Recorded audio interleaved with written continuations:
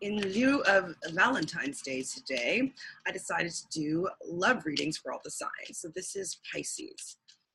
The spread that I'm going to use is start, stop, and continue. So this will go for anybody that's Pisces, sun, moon, or rising. So let's see what the cards have to tell us. So this is for the stop position. This is for the start position. And continue position, Pisces.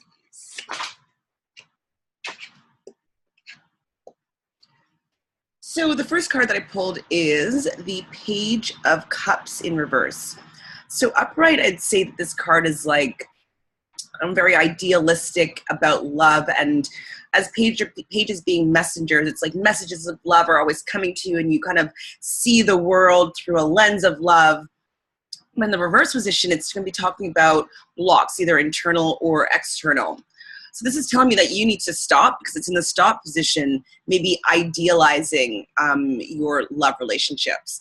So if your friends are saying like, hey, maybe you've been with that guy for too long and he doesn't treat you that well, it might be time for you to move on from that particular relationships.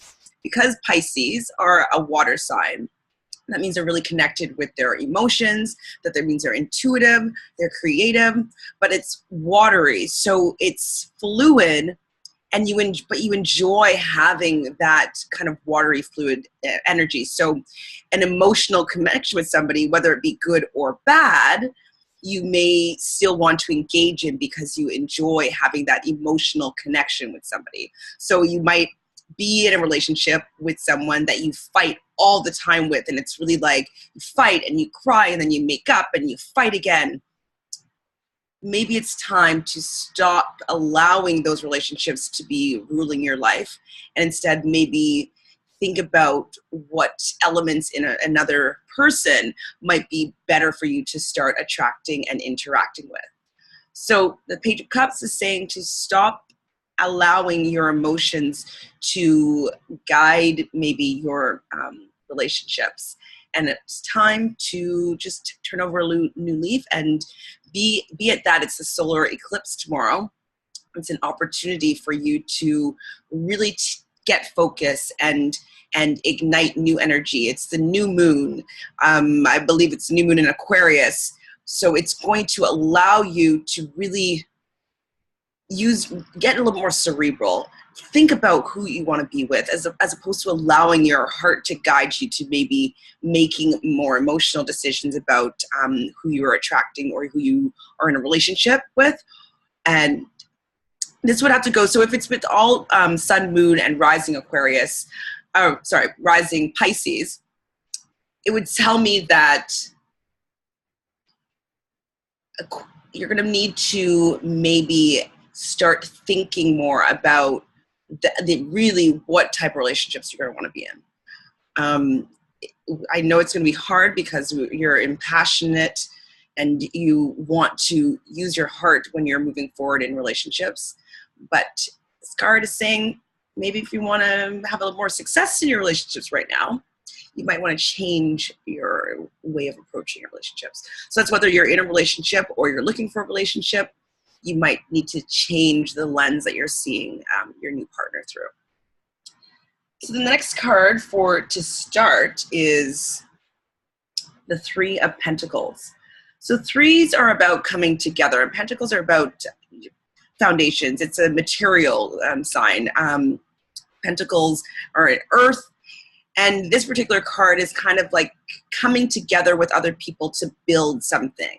In this case, they're building, I believe, a church. So something that is stable. So this is telling me in your love life that maybe you need to be hanging out with friends. Maybe you need to go back to school. Maybe you need to start a project with other people, building something to maybe then be interacting with a potential mate in a different way than maybe you have before. If it's telling you to stop leading with your heart when you get into a relationship, maybe it's saying get more grounded and work together with other people in a capacity of building your financial foundations, maybe your career, maybe going back to school, like maybe starting a new business. but with other people, and maybe in that capacity, you're going to meet someone that you may never have really even seen before. You might never have been interacted with before. You never would have maybe have your heart open to before, because that's not the way that you go about meeting people. So I would say take a look at areas in your life where you're building something in your material world, where you're interacting with other people. And in that sense, maybe is where you're going to be looking or finding a potential mate. Or if you're already in a relationship, I would say that this card is saying that maybe it's time to work on your foundation within your relationship. So, make sure that your finances are in control, make sure that, your bills are paid on time, like all the material elements of your relationship would be something that I'd maybe be focusing on right now. Because you probably know that in most relationships, like the biggest talks that people have are about money and about debts. And so really focusing on clearing all those elements out, you won't be igniting any emotional outbursts due to unstable elements in your material world. And then finally, this is interesting. So it's saying for you to continue with the 8 of Swords. So this card generally means that you have everything that you need. You're capable of doing it, but you believe your thoughts are telling you that you aren't capable of doing these things. So if you notice in the image that the woman's arms are tied, she has a blindfold on, but she still has her mouth. She can still speak. She's still able to communicate. She's still, if she wanted to slip out of those loose ropes, she could. So I think it's saying for you to continue to not allow yourself to be trapped.